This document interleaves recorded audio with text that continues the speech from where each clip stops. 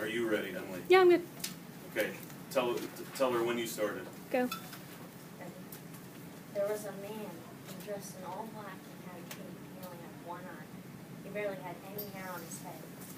He drove an ice cream truck as his occupation. What a weirdo. Who would want to get ice cream from some creepy man? But others said that was the only thing he did. What did he do during his free time? When he drove his ice cream truck, it was only in the summer. They say he hibernated during the winter with dead bodies. One day a year, a high school broker was missing. What's so significant about that day a year? That was the same day that his mother died. That was the only person that he talked to, his only friend, his only family, and she was gone. This has happened 5 years in a row, and then the reoccurrence of this day is in 2 days. The cops will be driving around making sure there's a curfew and all high schoolers have to be home. Jordy one day was walking down the street, and all she saw was black. When she woke up, she was tied in a rope behind a cage. So who was behind this? Well, the cops went behind her steps, and they found tire marks, footprints, and Jordy's necklace. They followed the tire tracks, and it led to the old abandoned church. They were looking around, and then they found her behind a cage. They found the bodies of all of the high school girls, and they were dead. But they saw that the hair was missing. They shaved their heads.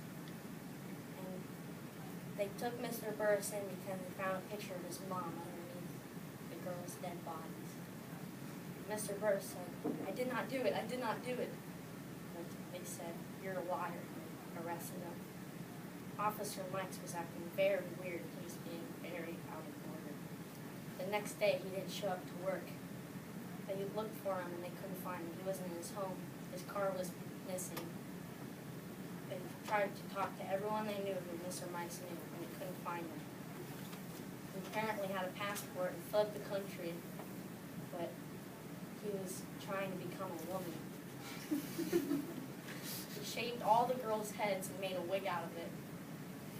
He fled to Mexico, and he was the real one behind this. So Mr. Burris was set free.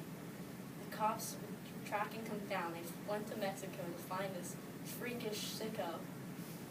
And when they looked around, and they could not find him, they tried to talk to people. Anyone see an ugly man woman?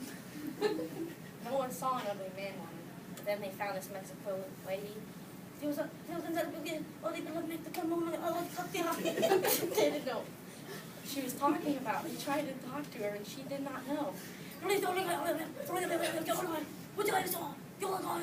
So then they got a translator, and he was saying, "There was this ugly man woman, and he was going crazy."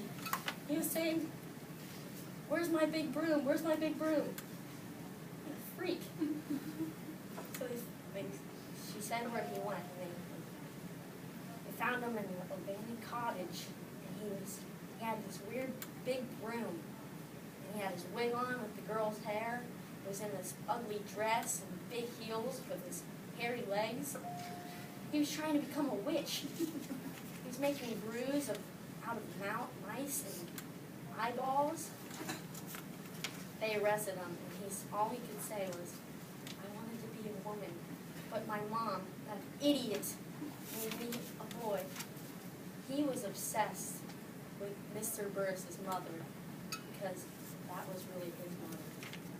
And she was very mad because he wanted to be a woman.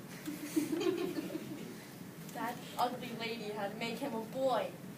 And Mr. Burris was not responsible for the deaths of these girls.